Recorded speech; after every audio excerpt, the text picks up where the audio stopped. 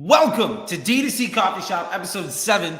This week, we're going to be covering Facebook ad strategies for 2022. We're going to be covering a lot of hot takes from Barry, Hott, our old friend, and we're introducing a new friend to Kelvin Parker, a guy I've worked with for, I think, a couple of years now, who also did go through the Facebook Ads MBA program. He's super smart, got decades in the business, fractional CMO guy. We're going to get to all that stuff. We are going to be covering today why CPMs don't matter. Barry, I loved your thread. We are going to be diving deep into Barry's first thread on Twitter that was a smash, which is just saying things that I've been saying for years and years and years. We'll get into all of that. We're also going to be covering our favorite DTC brands maybe of the new year and covering in some of the new direction in Facebook advertising that people are going into, the fractional CMO movement, the ad agency world, and all sorts of stuff. So it's going to be really good. Don't be afraid. Please remember to subscribe to the channel here and like the videos, share with your friends, comment if you have any questions, and follow everybody here. Show some support because all of that stuff makes a difference. If you're listening to us on podcasts, go ahead and subscribe. That means the world. If you're listening there, if you're watching on YouTube, go ahead and subscribe. Comment every little bit of things that you can do for social currency. Lets us see more and more people, so that more and more people can see us, so that we can create more good for more success and less stress in 2022, because that is the reason that we're doing all of this stuff. Welcome, by the way, to the new thing. I don't know if you can tell, but we'll run up a poll. Two questions. One, which of these plants do you think is real? And number two, can you find the gnome in my backdrop? So there's a fun little hint for you guys if you can see it. By the way, that is a dinosaur, not a gnome, and that is a bear with a cactus in it. So also not a gnome. There's your hint. With that all being said, let me welcome to the stage, first off, brand new person to the show. His name is Kelvin Parker. Kelvin, how are you doing, my man? Good to see you. Hey, I'm doing great. How are you, Charlie?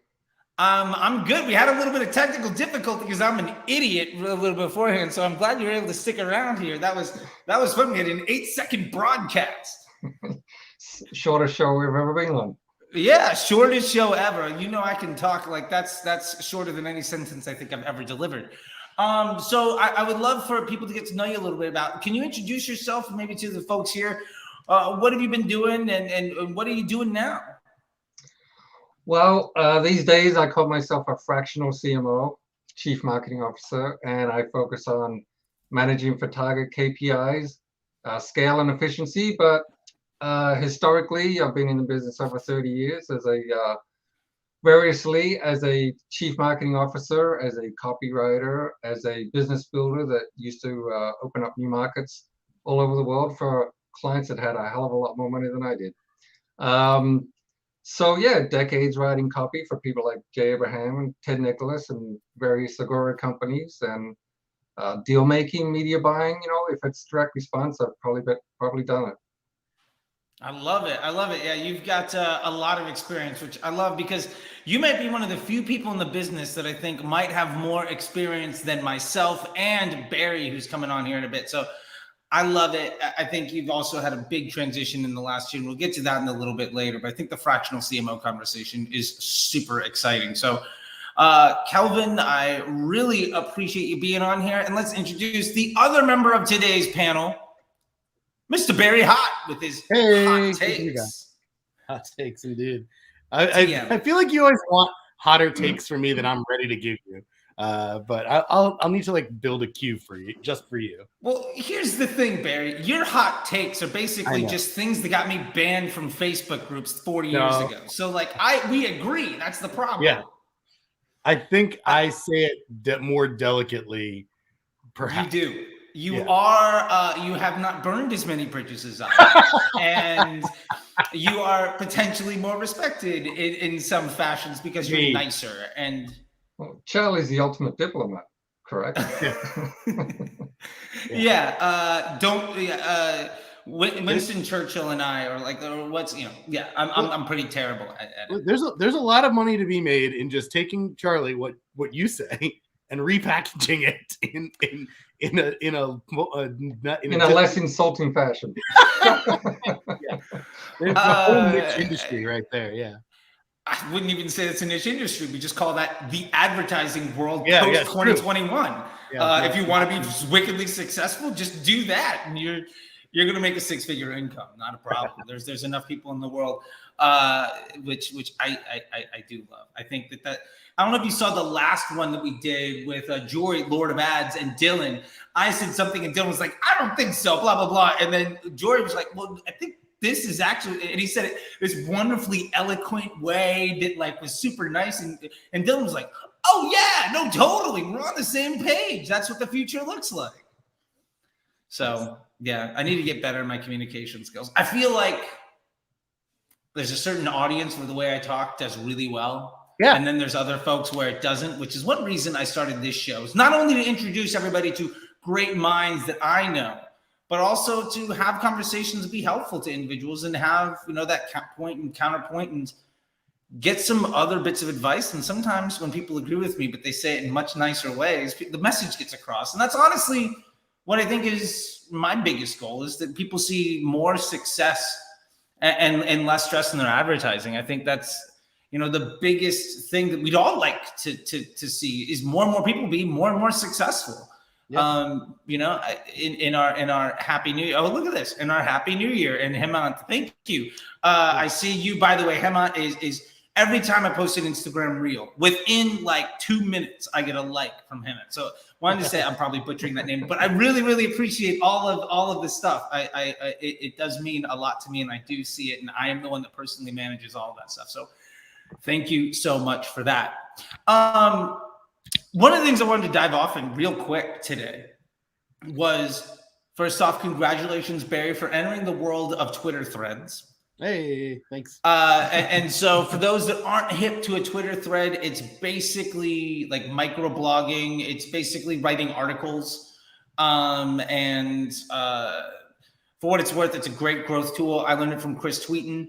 And there's a lot of different tools for it. But Barry had one where he had a hot take, again, Barry's hot takes, that I completely agreed with. And I don't want to step all over it. So Barry, why don't you kind of give the supposition here and sort of your position. And I think it'd be awesome for people to hear. Hopefully I set it up well enough in the intro. Yeah, no, thanks, Charlie. And it's absolutely in the very much in the realm of a Charlie the Disruptor concept that you've talked about, obviously, in the past.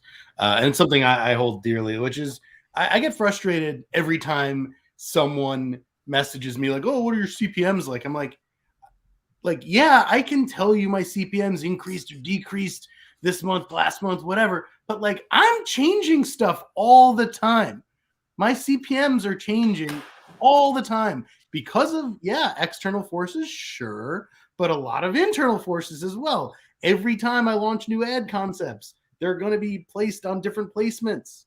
That impacts CPM in not a controllable way that I can control, but it's a variable that I impact. So I get it. And I think the more I think about it, a lot of advertisers aren't testing that much. And when they are testing, it's not that different.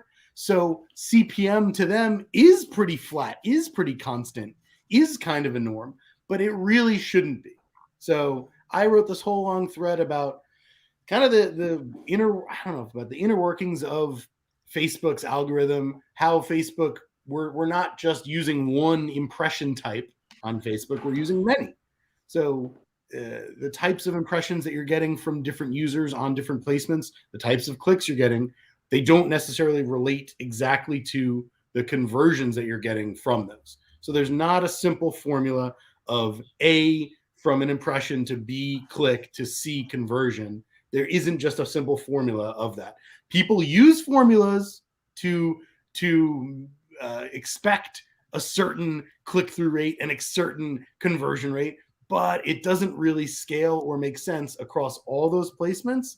And it really makes even less sense when you compare Facebook to Snapchat or TikTok or any of those. They're all different and they should be regarded as such. So that's what I wrote a thread about. You should check it out. No, I love it. I love it. And I know Kelvin's got a little bit to say in this too, because we definitely been on the same page. By the way, I do have my coffee today. This is a nice mix of, I put a little bit of espresso from my cup. Okay, you got the ranch water. There we go. And it's almost 4 o'clock. There you go. I was going to say it's 4 o'clock somewhere, but It's 4 o'clock where you are. There you go. 4% at 4 o'clock will be okay. I'm not getting fired today. There you go. Yeah, you fired them, so whatever. I'd be fired by myself. So I'm yeah. Oh, look at this. Love this. Barry's thread was easily one of the best threads I've ever lived in. Wow, there you go, Barry. I love it. Here we go. Some live feedback. So two of the things that I really want to address about your thread and my position here, and maybe I can throw to Kelvin to get some of his opinions on this too. First off is I think the idea that the math around CPMs. Mm-hmm. So my point to this is CPMs don't matter in that you can't take action on it because people say, well, I'm getting X click-through rate, I'm getting X, all I need, well, my CPMs are cheaper, I'd be fine. I'd be fine. The problem is in the math of a CPM, you cannot hold the quality of those impressions, the quality of the inventory, the intent of those users, the customer journey, the quality of the ads, or the efficiency of any of those things to be true. And there's no direct correlation. It doesn't necessarily mean that a higher CPM is better quality traffic or that a lower CPM is lower quality traffic. Right. And I would argue that it has far more to do with what the ad is doing and what the customer journey is. And more importantly too, not just, I think the creative really helps control the CPM and the placement, and this is where I'll go to Kelvin on a bit of this too, just because of your background, but I think the copy and the customer journey of what they're seeing and what they go to your webpage is so much more important. And for what it's worth, the copy doesn't move the CPM nearly as much as the ad does, but a low CPM sometimes is a giant red flag because it just means everybody loves the video, but if the copy's not there to make anything happen, then who cares? And with that, I think let's go to our resident copy expert on the panel here today, Kelvin. What do you think about that as far as CPMs and the impact of creative versus copy? Well, the truth is I've never really paid attention to CPMs, and it doesn't really matter what the channel is. I come from a direct mail background and also a space media, magazine advertising background. And, we only ever paid attention to the result we were trying to generate. Wow. So could we generate a certain result at an acceptable cost? That's all that has ever mattered. And that's the only KPI that we've ever measured our efforts against. So it's the same in the digital world, it's the same with Facebook. You're attempting to what? Generate a lead or generate a sale or, trying to generate something. And that's all you're measuring against. So honestly, I couldn't tell you what my CPMs are. I really don't care. Right. It doesn't matter. Yeah, I love it. Guy who's been in the business 35 years. What's your CPM? I don't give a shit. That's what my CPM is. Barry, who spent $600 million. Hey, what's your CPM? I don't give a shit. No. Me, who's done $1 billion in revenue for other folks. What's your CPM? Fuck you for asking me. It's a stupid question. Exactly. Well, that's I'm me. Yeah, but that's the interesting thing is most of the industry, so many people, they get those questions and they just answer them. They just make up an answer or they go and look at their data and they give you an answer. But it's really think about it. It's not a valuable answer. The response should be, why do you want to know that? Right. And then have the discussion around that because that CPM is irrelevant. It really, really is. I mean, I could ask you, what's the color of your wall? Right. Right. You can tell me, but is it going to be useful information? Yeah. I mean, you could say what's your best line of copy? I mean, you might be able to learn from it, but it's not going to be the same. You can't just copy and paste it. Actually, that's probably that's a much more useful point. Never mind. But there's so many other data points that it just doesn't even matter. You can't compare it. When someone asks me, what are the CPMs? It doesn't matter what mine are anyway, because yours won't be the same. Because I might target 17-year-olds, not just, I might do, 17 and up and everyone else does 18 and up. You know what I'm saying? Sorry, it sounded weird. Do I just target 17-year-olds? I only target 17-year-olds. It's a very specific strategy. Wait until you see my course on it. No, but you know what I mean? If I were to do that, if I were to decide for whatever ads, I want to target 17 to 65 and up, right? That would cause a different CPM than 18 and up. These things are arbitrary, but they're also not. They have as impact. So Yeah, you can't. yeah. Well, I think the key that Charlie said earlier too is it's not actionable. There's nothing you can do about it regardless. Right. Exactly. So you're wasting your time paying attention to it. Pay Right. attention to things you can take action on that you can test against. Yep. Yeah. And on top of all of that, I think with respect to the actionability, there's also the level of intent or what you're trying to do. And the honest truth here is Facebook is the single greatest intent creation device created by humankind ever. And I remember, Snapchat CPMs being like $1, and everybody's like, "Oh, you're getting a whole bunch of impressions," but nobody cares. You're bothering people. Pinterest CPMs can be great because you're one of 50 things on a screen, and it's an impression. It's not a valuable thing. And when you start to extrapolate that math, it becomes ridiculously difficult to begin to make action on it. Now, what I will say is, to counterpoint that, two things. One, as CPMs on Facebook have increased year over year, the ability for bad businesses to be successful has been it's been made it more and more difficult for a bad business model to be a successful one because the cost of the attention has gone up. That being said, in addition to that, we've been seeing the CPM go up every year, but I remember it doubling every year. For year after year after year after year. I remember CPMs being $1. I remember spending $1 million a day in CPMs 2 years later were $4, right? And for what it's worth, I don't think CPMs have really moved that much in the last 2 or 3 years. What's the law with computer chips where they basically get Moore's law where it gets twice as big every year? Like that stopped. My CPMs 2-3 years ago were $10 to $20. My CPMs today, $10 to $20. The one place where I do find that CPMs are actionable is if your CPMs are incredibly high. I'm talking over $30. And yes, if you're paying over $30 for a CPM, there's a crippling failure somewhere in your business. And the only reason I say that is because Facebook charges you based on the cost of the inventory. So how big is the audience and how much of a premium are you paying to acquire it? So the more interest groups you stack, et cetera, the more you're going to have to pay to reach that audience. Or the smaller the audience, the more you're going to have to pay. But the quality of your content and the customer journey in your brand also have a big impact. So one of the easiest ways of reducing your CPMs, if you are seeing $40, $50, $60, $70 CPMs, or it becomes crippling to your business to even do business on Facebook, is improve your customer service. If you can actually run a better business, I can't tell you how tremendous the page score, because we're talking about the estimated action rate and your budget and your page score is what defines your cost of inventory. If you can improve your customer relationships, a page score that goes from a 3.25, like 4.5, I've seen CPMs drop overnight from $40, $50 to mid-20s because you're a better partner in the relationship with Facebook. If you're a better business partner, you're going to get better business unit economics. That's the bottom line. And the people that I see, the folks that we know on Twitter and the folks on YouTube and everybody else that I see complaining all the time about 50, 60, 80, $100 CPMs, crippling numbers. The one thing I never see them really ever talking about is, well, first off, they don't go broad, which is their own problem. They don't prioritize creative testing, also their own problem.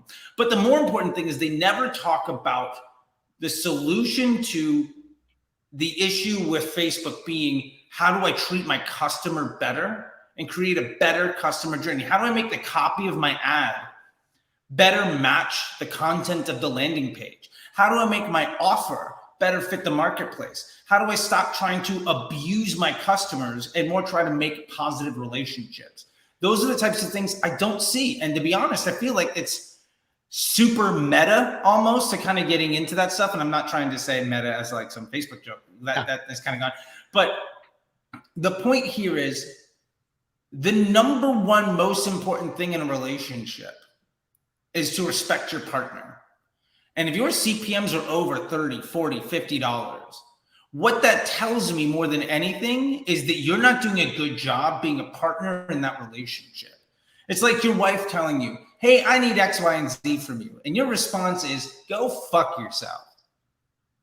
That's That's the exchange you're giving Facebook right now. And we see that taking action with, oh, this ad doesn't work. I'm going to just do cost cap bidding against 40 interest groups with this ad that I like. Yeah, and your business is going to suck and you're going to go out of business because you're not worrying about your customer. That's where you're going to die. Well, first of all, why are we even talking about CPM? Like, because we just agreed that we shouldn't, right? Like, I don't know what my CPMs were last year because I don't fucking care. Like, it doesn't matter. So, like, I don't really look at that over time because there's so many other variables. But the thing I'll add to what you're saying effectively and why it's not valuable, and what are some of the things that you could be diagnosing if you're using CPMs as to diagnose something, you should, right? Think about that. If your CPMs are high, I again think this is placement related. Usually you're probably having either something look into your age breakdowns and very closely look at your placement breakdowns, because if you have high CPMs, you're probably delivering a lot on desktop. And that's not a bad thing necessarily. Some products are naturally going to do better on desktop, but also some websites just function better on desktop. And that's a problem. If you're building mobile second, you're probably wasting tons of money and time and energy. Build mobile first, because most traffic on Facebook properties is mobile. So if you see that you have a huge proportion of delivery on desktop, think about why that could be. Maybe that's because of existing users versus new users. Maybe there's any number of variables that could be causing that. Could be related to your site. But Facebook's using its data on past visitors, past conversions to decide how to deliver. So look into that more, because that could be driving it. That also could be a good thing. If you're selling a high-priced item, I would bet people are more likely to buy more and more expensive items on a desktop than they would on mobile. So that wouldn't surprise me to see super high CPMs there for furniture. I bet most furniture shopping is, maybe not most, but a lot of furniture shopping is being done on mobile versus like skincare. So, or clothes. So that would be my quick thought about why CPMs would be really high for certain brands. But again, use it as a diagnostic, not as what really matters. Of course, another, thing just from a big picture strategy viewpoint is look at the strategy of preeminence, which, is a J. Abraham strategy, which is basically actually care about what you're delivering to a customer. So you're not in this just to make money. You're not in this just to run traffic and profit from it. You actually care about what you're delivering. So that means excellent product and excellent customer service. And from an excellent product comes an excellent offer. From an excellent offer comes excellent copy for a landing page and excellent ideas for copy to test on every platform, including Facebook. But it starts with you give a damn about what you're delivering to the customer. And if you do that first and build upon that, then everything works a lot better, including CPMs, I guess. Definitely. Yeah, no, I totally agree with that. And in addition to the CPM conversation, I would also say CPCs are another facet of that, just to piggyback on what Barry was talking about. And to piggyback on what Kelvin was getting to, these are other metrics that people highly prize, but have nothing to do with bottom line performance. Yeah. So I mean, at the end of the day, I love it. I think we all had a good closing thought on that. And we got, I think ultimately, if you care about your customer, if you care about your product, if you do a better and better job there, then these things don't matter. And if they do become crippling things, the way you solve this problem is never to lean into more complexity, never to lean into forcing your messaging, and to never put your priorities above the customer. The better your customer service, the better your product, the better your experience, everything Kelvin was talking about, those are all actionable solutions to reducing your cost of inventory to improve unit economics of business. Well, none of them have. Bad metrics are a reflection of if you're doing a good job at delivering something useful to your customer, because you're in a digital global marketplace where any customer can look at all the competing offers to solve the problem they're trying to solve or to get the job done Right. they're trying to get done that you say your product can do, but they can look at all your competitors at the same time. So bad metrics is an indication that you're doing a bad job at that process. Yeah, no, absolutely. Absolutely. So let's use this as a flip. Brands that we do like their process. A normal thing that we do here is our favorite DTC brands. Why is my dog looking at me through the window? Hi, Barkley. My dog's looking at me through the window over here. So brands that you think are doing really well in this space, and brands that you do really enjoy. You know, other brands we've talked about previously were Bite toothpaste, and of course, you know, everybody loves ranch water, and a bunch of other brands. But I'm really curious as to what brands you see doing really well in this space right now, that you personally enjoy. So, like, to put it off, what are your favorite DTC brands of January 2022, at least? Well, I'll go first and break the rules of your question, because Ooh.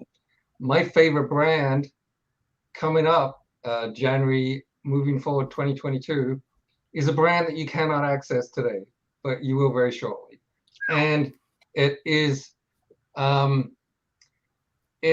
launching with warehouses around the world next to Amazon super warehouses, where it's going to take all the returns from Amazon shopping, all the returns which are usually 100% excellent condition products, and sell them at a massive discount in the US, the EU, Japan, the Far East. This is happens to be a brand I'm working with. Awesome. But I think the concept is great. It's not just the fact that you get something at a great discount, but I didn't actually realize that all these returns end up in the the dumpster, which is insane. Yeah, And the reason for that is that these e-commerce outfits, including Amazon, simply are not set up to have a return process and get things back in inventory. Right. It's easier and cheaper just to dump it, which is write it off. Yeah, they just write it off anyway. Just write off. So that is my favorite brand moving forward. Is do we have a name? Can you reveal? Brand X, which I will reveal shortly.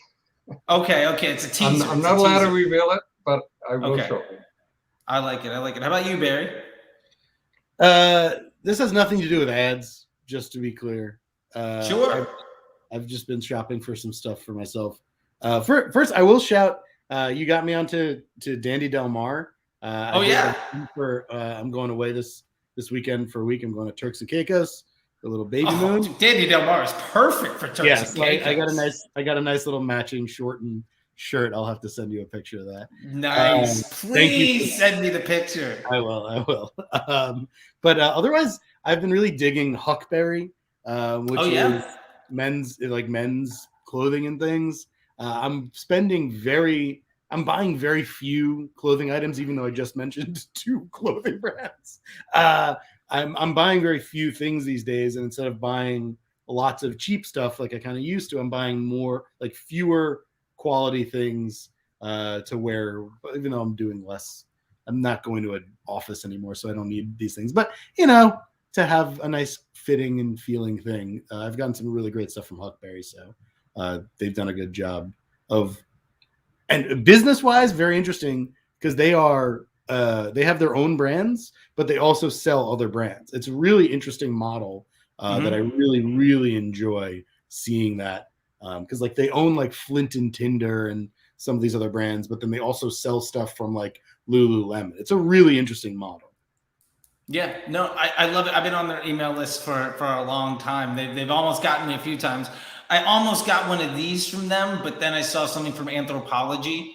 And I know Anthropology is basically bougie women's clothes and then home goods, but every now and again they got a men's cardigan, which they got me. Because I went to Duluth, which is how I found Huckberry, because Duluth was doing banners on their site, and Huckberry came up as the banner on their site, which whoever allowed that to happen, like, fired. Really?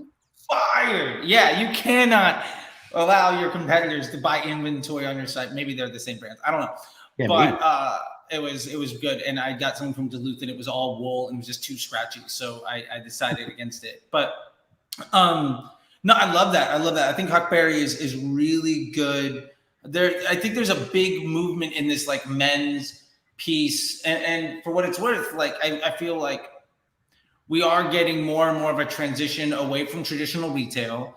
And there's more and more needs where people that have some money are looking to make some expenditures. And now you're not going to the Macy's of the world, right? You're doing more and more of these things. And for what it's worth, I think there's a big opportunity for direct to consumer here because, for instance, I was telling this to my wife last night. We're big fans of Shark Tank. We watch it. I fall asleep to Shark Tank every night. Awesome.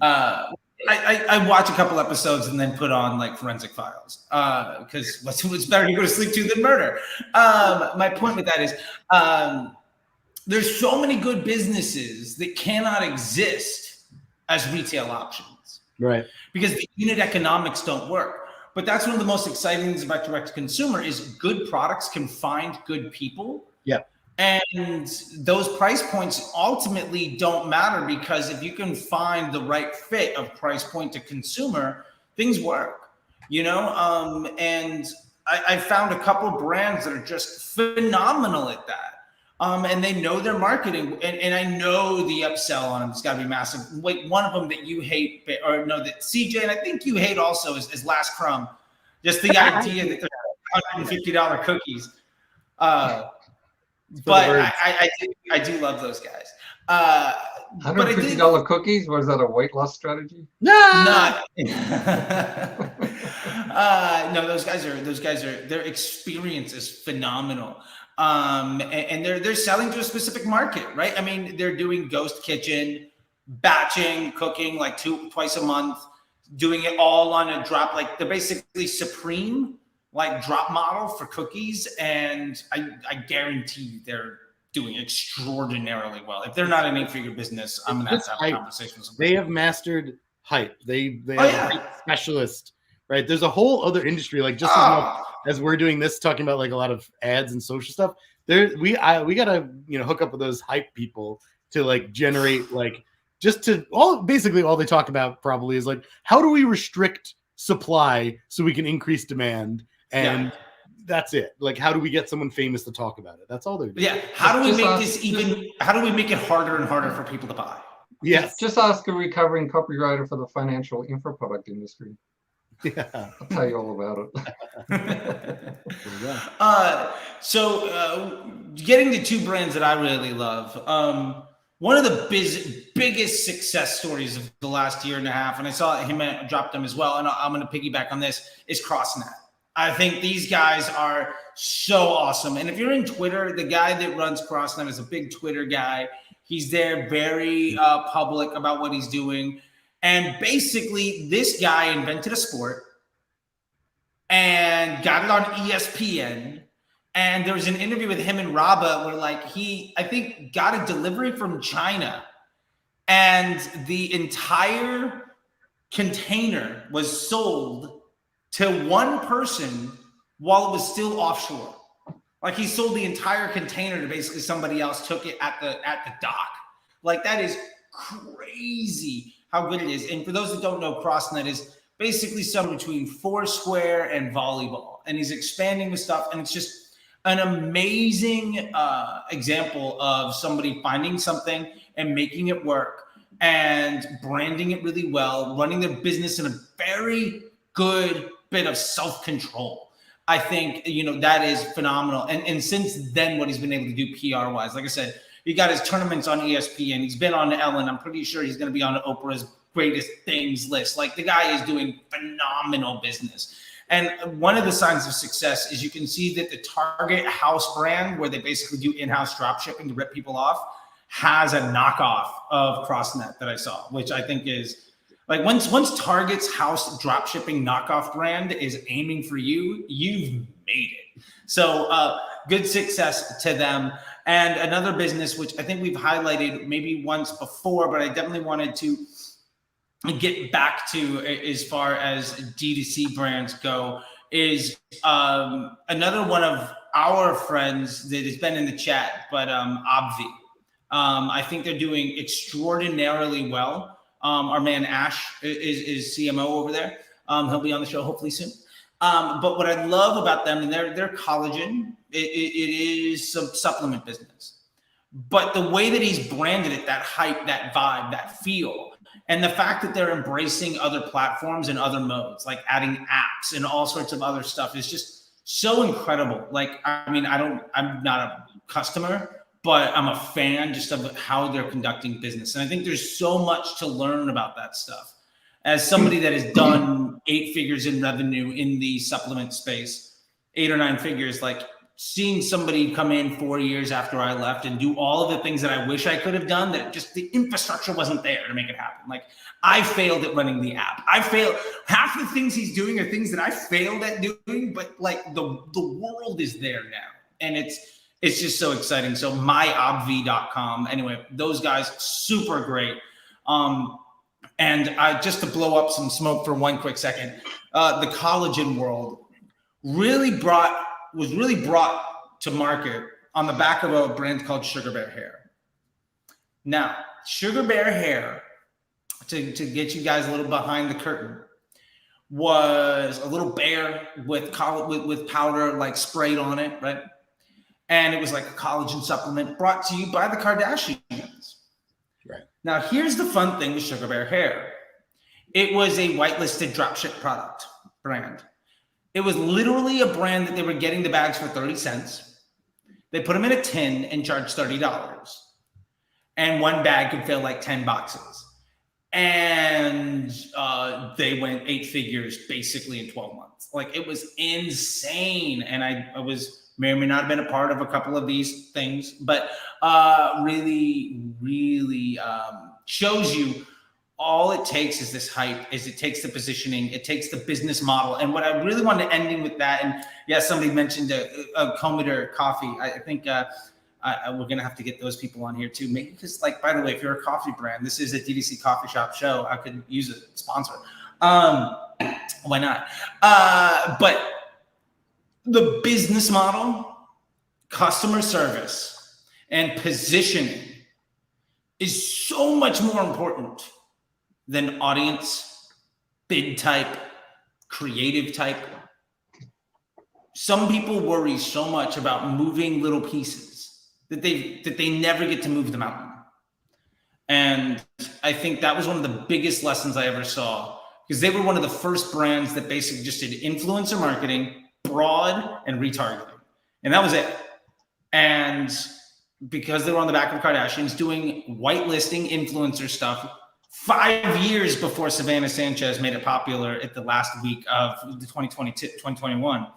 I learned how to whitelist influencer stuff from them. And like, just the amount of innovation that came from how they were solving their business problems, and they crushed, and they basically exited and they're done. And mazel tov to them for doing it, because it proves that what matters is the customer. They found a customer, gave them an experience, and made them feel good about something that kind of has it's hard to prove the collagen is having that big of an effect. And they did it well. And I think myobv is doing it really well too. And it's just awesome to see that stuff, because they put their time and their effort into what moved mountains. And I think there's a huge lesson for most D2C brands there, because 90% of the questions I get asked by people are 1% change questions. And my answer to every one of them is, you spent more time asking me this question. Yeah. You lost money, because the amount of time it took you to ask me this question, the change that this answer would give you, right? You're net negative. And so I just say that as to, like, I think it's so important for brand owners to understand that. And if you don't understand that, that's fine. Build a team of people around you and understand, like, what these unit economics are. And I think what we really need to prioritize is not only understanding that stuff, but also surrounding yourself with people that can do it for you. And I feel like so many people make the mistake of either A, trying to do everything themselves, or B, farming everything out. And they don't find that balance. And I think that's where the ad agencies used to be. They were that one-stop shop solution. And the honest truth is, I think the agency model is effectively dead.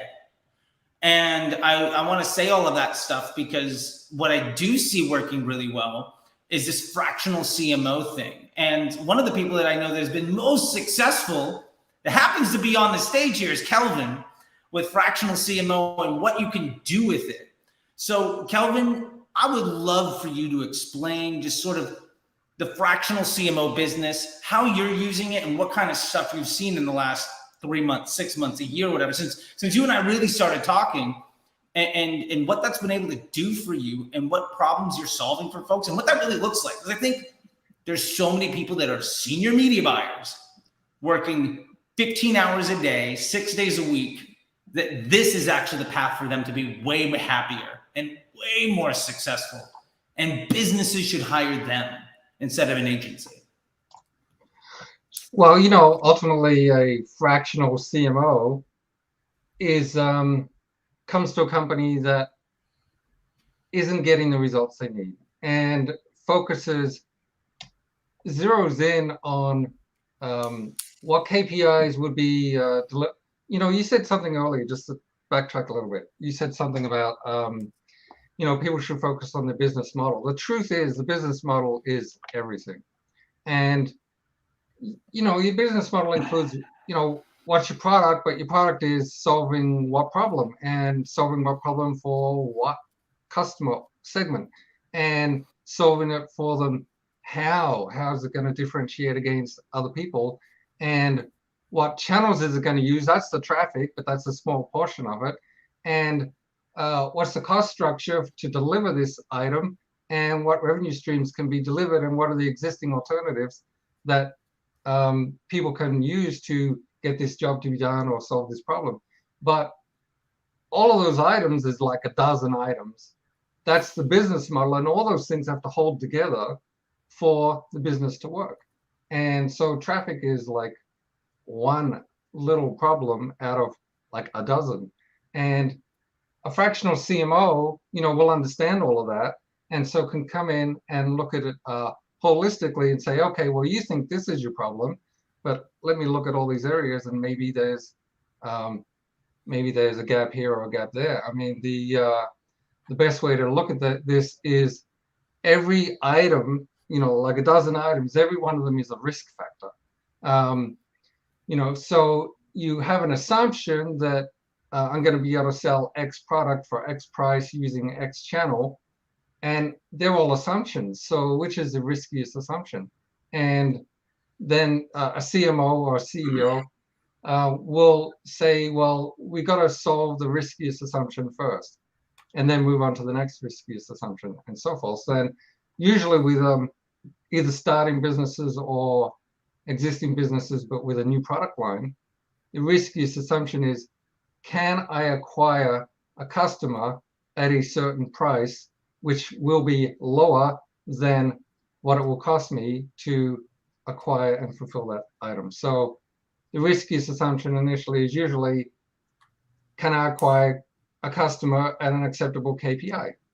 And so as a fractional CMO, fractional because I'm not going to run all of their marketing for them in all channels, offline and online, and map out all their strategies for all their products and their whole business.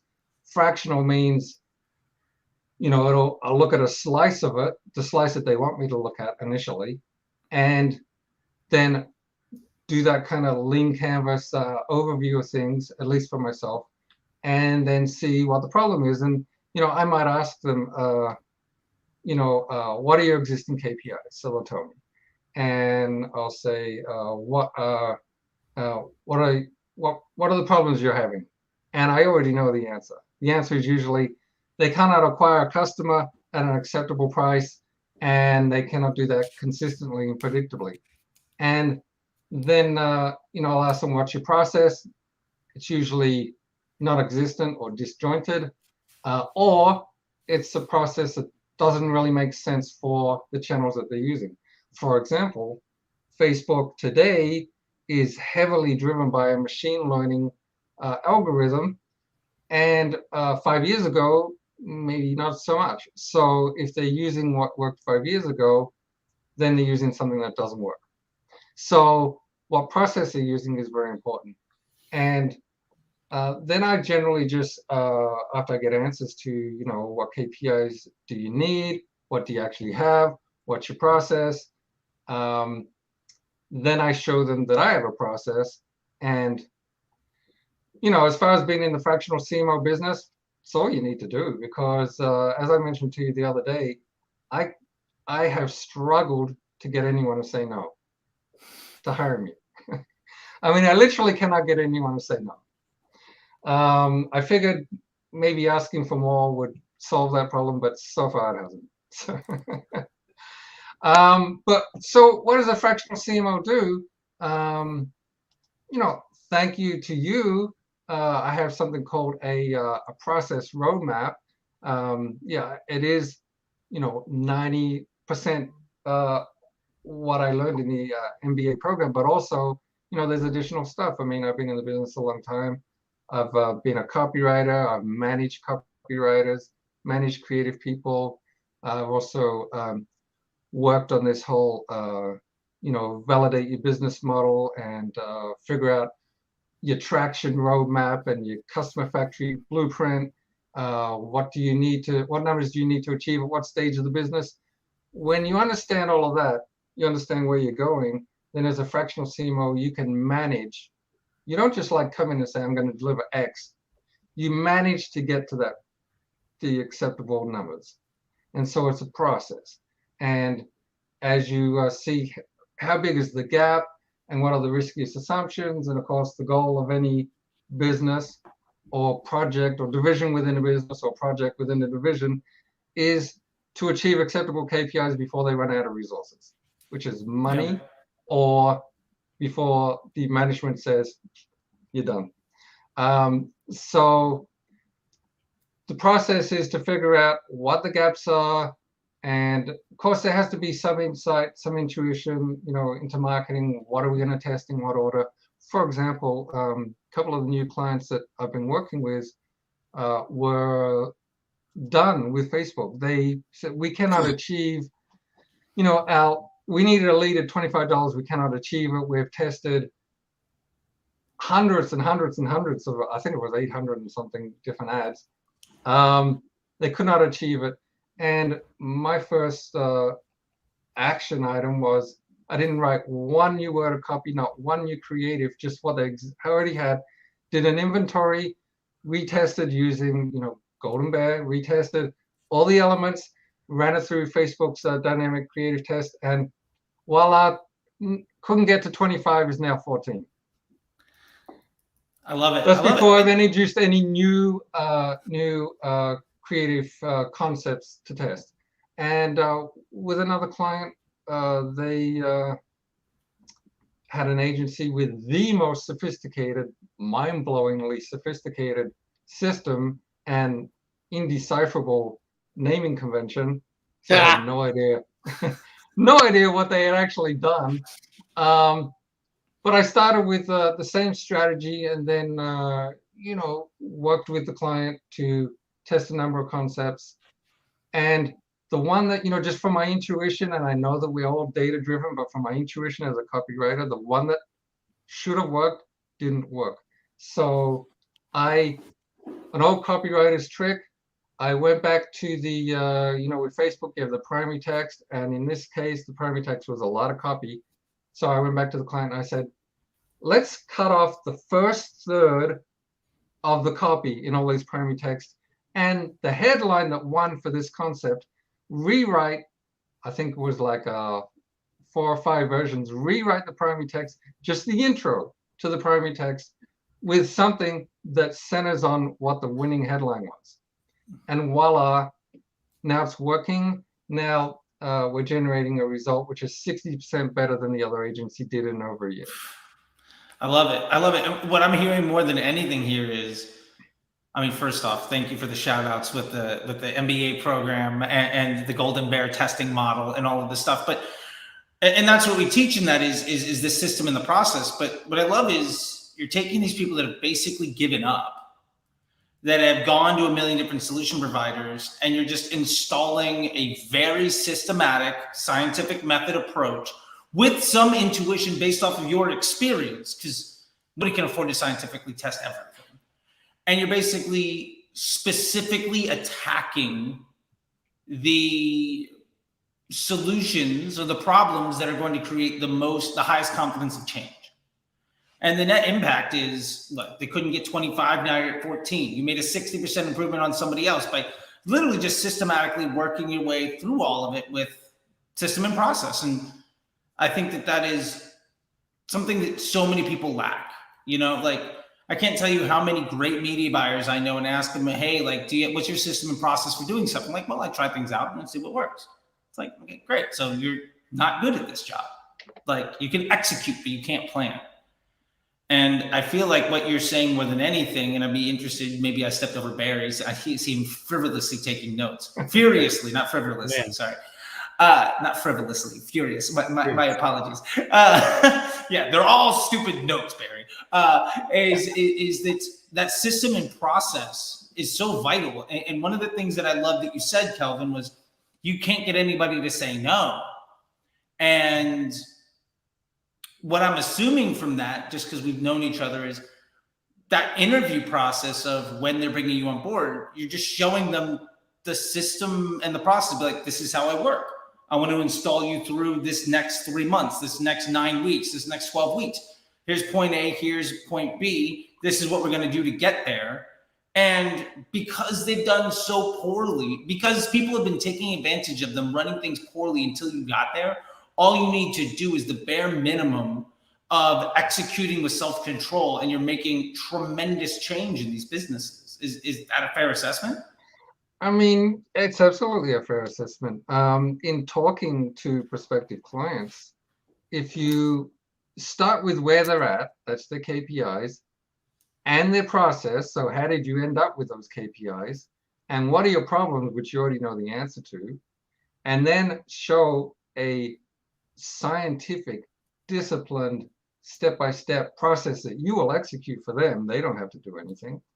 They have significant confidence that this will do way better than anything they've done before. And then, as it turns out, it does. There you go. They're happy about that as well. Yeah, there you go. And Barry, with your furious note taking, let me open up the table to you. It's been about, I'd love to know what you have to say, because Kelvin, I don't know if you know, but Barry has done hundreds of millions and solved this problem also for a long, long time. He's been in the game longer than I have. And I'm curious to see what you think about what Kelvin's getting to. Yeah. Well, first thing I just thought about the naming convention was, like, I've seen, so many ad accounts, and there's either zero naming convention or absolute insanity. There is no very, like, 1% of ad accounts I've ever seen have a good naming account structure. If you ever get to see one of mine, you'll probably not hate it.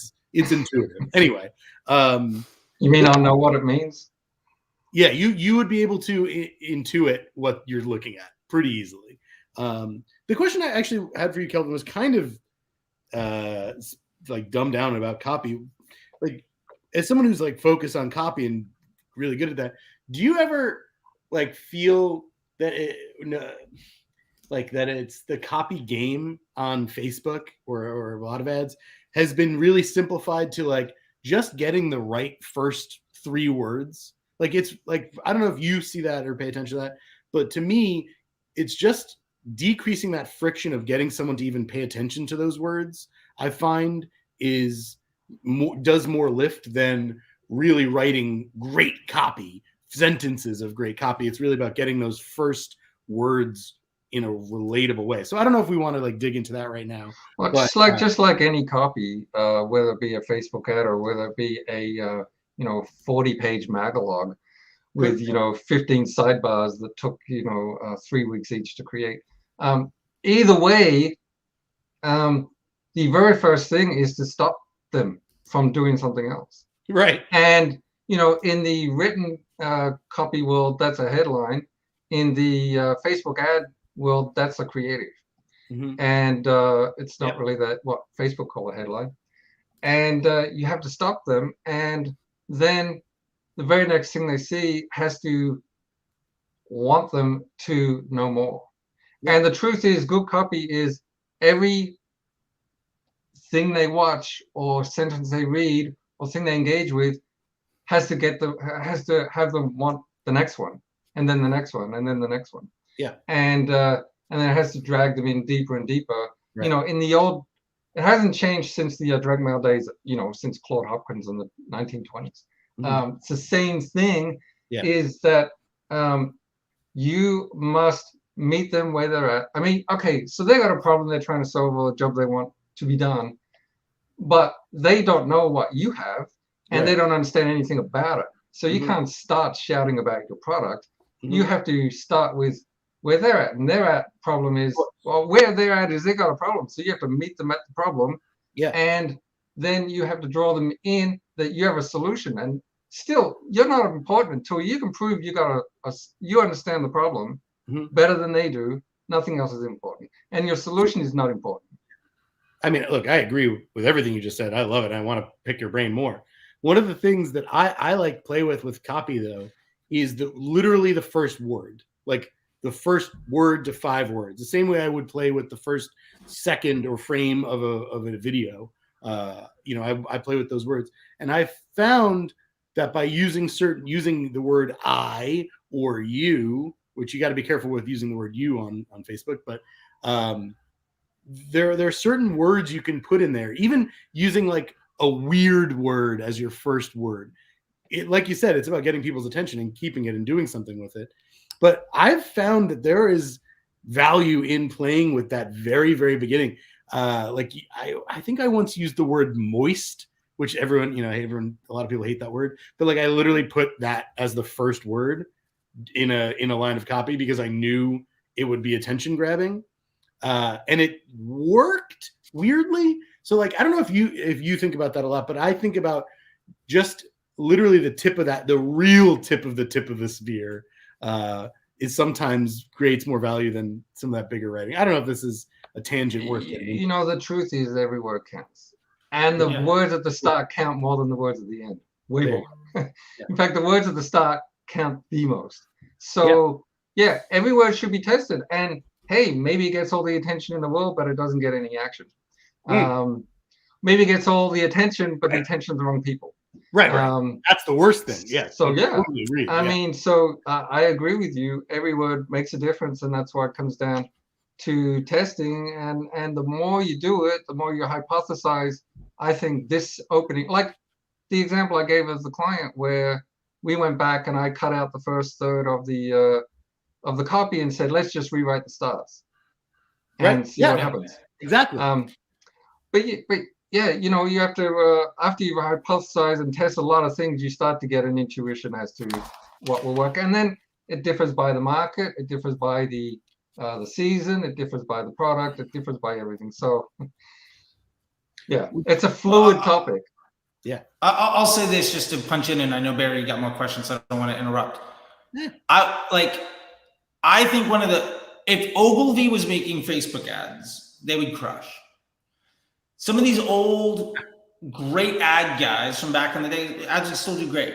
And I'll say with this, like, I still think the absolute best ad I've ever seen was the Volkswagen Beetle ad that said 0 to 60. Yes. If that was a Facebook ad, you get test drives tomorrow. And I used to run $1 million a month or more for Nissan, and we never had anything that elegant. And to your point here, just like, does the copy matter? If the headline was 0 to 60, yes, and just a picture of a Beetle, but like small in the whole thing, it would crush. It wouldn't. It would totally crush. In 2022? No way. Absolutely. You know how disruptive that would be in the ecosystem? Maybe. Like, look, if you're in the market of getting a whole bunch of car ads in your feed, that would be great. Like, I just think that my point to that is those first few words do really matter. And I'll frame it in this case. I'm a big fan of the concept of the golden circle. And I would much rather die trying to be Apple than struggle to prove my worth trying to be IBM. And I think so many brands, so many businesses make the mistake of trying to tell people why they're good instead of trying to care about the customer in any way. And I think that's just a fundamental piece. So I just wanted to do that just because I will say this. Piece. I have had discussions with world-class copywriters at the, probably in the top 5 copywriters alive today, where the discussion will go on for 45 minutes about a couple of words.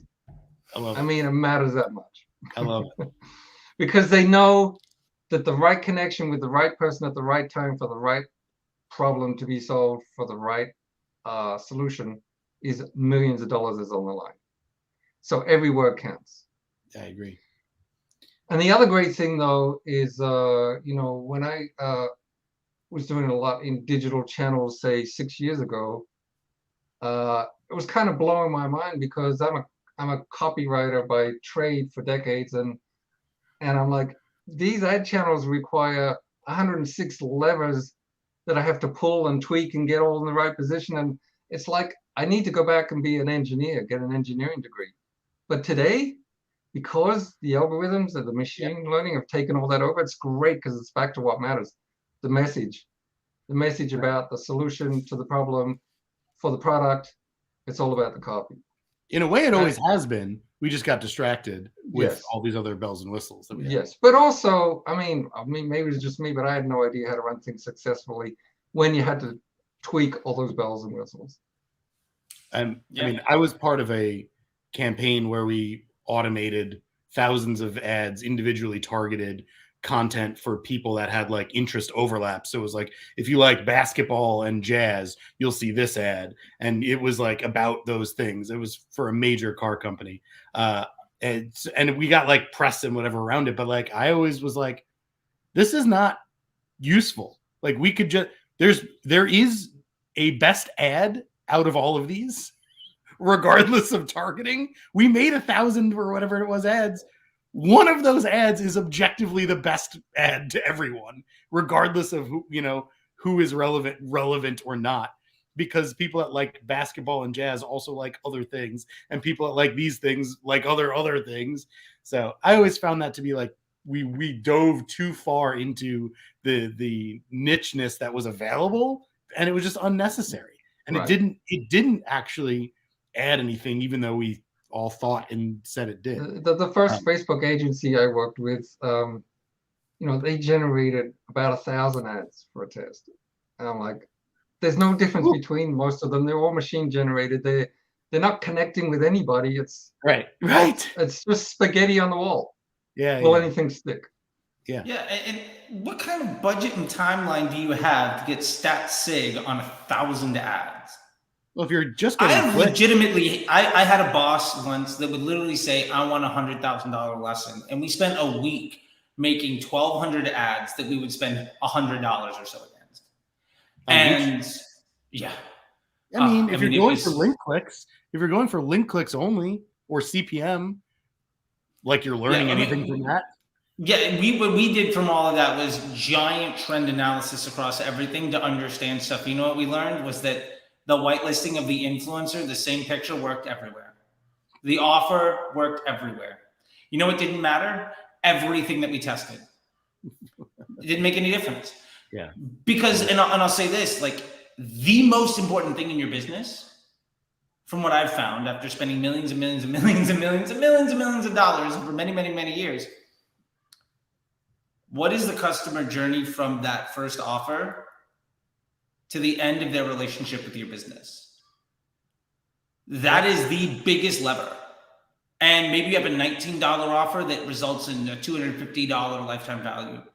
Maybe you have a $100 offer that results in a $125 lifetime value. Mm-hmm. Or it might be completely inverse. Maybe your 19 is worth $25 and your 100 is worth $2,000. Like, the point is, if you understand that, that is going to 20x your business. I took over a brand and they were running a 19, a 39, a 49. The guy was running a 2.5x on Facebook. Like they were super stoked, and they were about a $12 to $20 million brand. Within 2.5 years, they were a $95 million brand. We took their Facebook ad spend from 6K to 30. And we started promoting 3 offers: a 19, a 49, and 120. Love it. Full price, buy 2, get 1 free. Full size, everything, right? And basically was, do you want a sample of the product? Because you know the business, you just want to try us. Right. Do you want a 1-month supply to see if this is a lifestyle fit? Or do you know that this is a lifestyle fit and you just want to save like a 3-month supply for the cost of 2? That's it.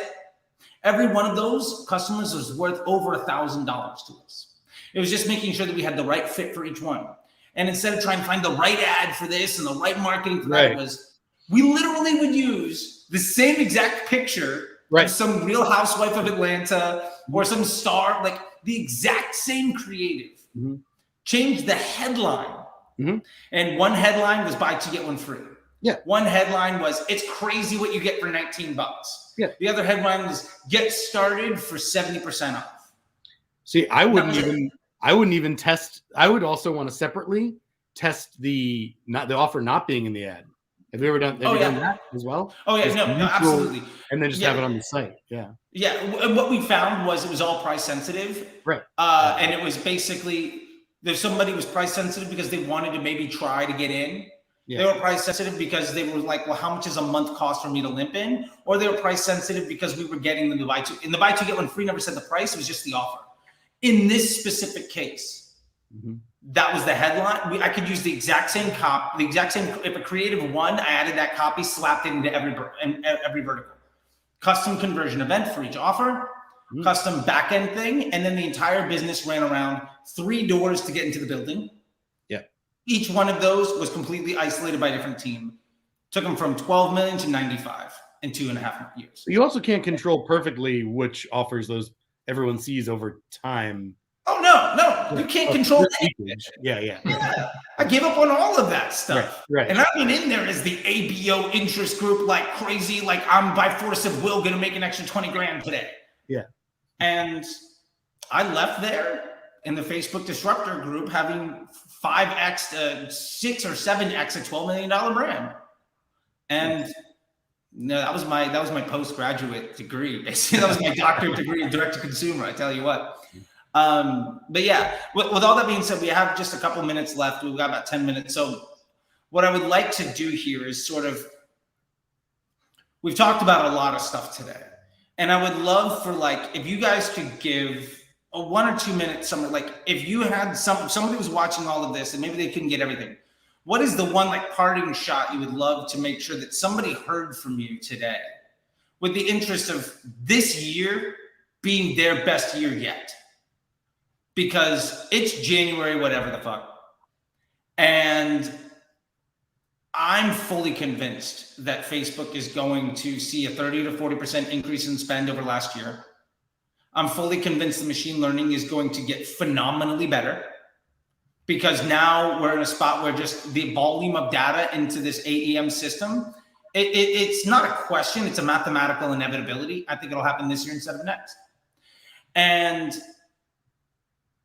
part of the reason that people listen to folks like us is because of that expertise that Kelvin was talking about in that history. And Barry, the questions that you were asking here are actionable pieces, right? And so if you could sit somebody down for a minute or two and just let them know, this is the thing, man, or this is what I would love to impart to you. I would love to know what those are. And let's go in reverse order from right to left, basically in the exact opposite way we introed everybody. Barry, well, you couldn't have teed this up better. There's actually the thing I wanted to talk about with y'all was, talking to the two of you, and Charlie, we talked a bunch of times.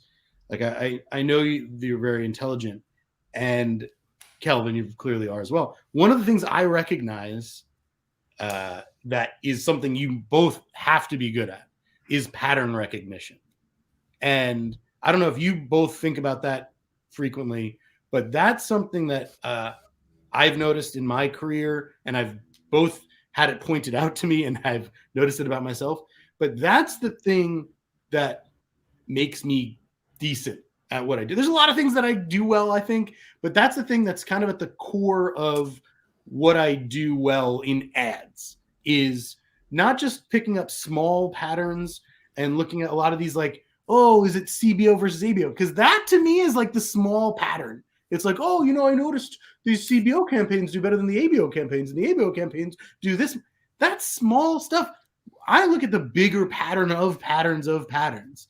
So to find the things, and I also look at the granular patterns of like, that's why I was talking about obsessing over copywriting. That's why, Kelvin, you're talking about talking to other copywriters, the best copywriters, obsessing over these little words, because it's not just that they have the experience in it, it's that they recognize the patterns of, if I do X, I will produce Y and see Z result.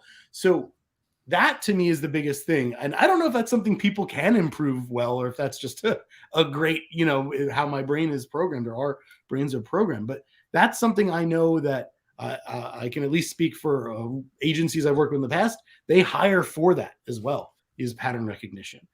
So that's the thing I'll use to answer your question, which I'm just super interested and passionate about, is being able to identify and try to understand patterns, and especially complex ones, which is the root of my whole CPM, anti-Facebook CPM rant, is that there are bigger patterns at play here than just what's my CPM versus your CPM, and my CPMs have gone up and down. So there's a bigger pattern at play there, and it has nothing to do with CPMs. So that's my thing for people to focus on. For 2022 success, is try and do a better job of recognizing patterns in your ads and in other content that you see out there that works. I love it. And speaking of patterns, I noticed that Kelvin has a solved Rubik's Cube behind him. Oh, yeah? Yeah, like, look at that. As a teenager, I could do it in 67 seconds. Woo! You son of, wow. Is that good? I don't know. Is that good? I don't know. It's taken me 30 some odd years to not do it. So I'm going to go ahead and say that yes. Right. Yeah. What about you, Kelvin? All it is a bunch of algorithms in the right order. There you go. I can pattern correct my way to 80% of one side. So there you go. What about you, Kelvin? Well, I could call it something different, but it really is patterns as well. But I would say process. All digital channels, including Facebook, are an insane opportunity. But they're an opportunity for what? For helping you build a business. And really, the focus initially is on the business. So I think a lot in terms of, I'm very creative, but I'm also very process driven. In actual fact, I was tested when I was about 15 because I was going to quit high school, and I was tested with these all these executives going for CEO positions.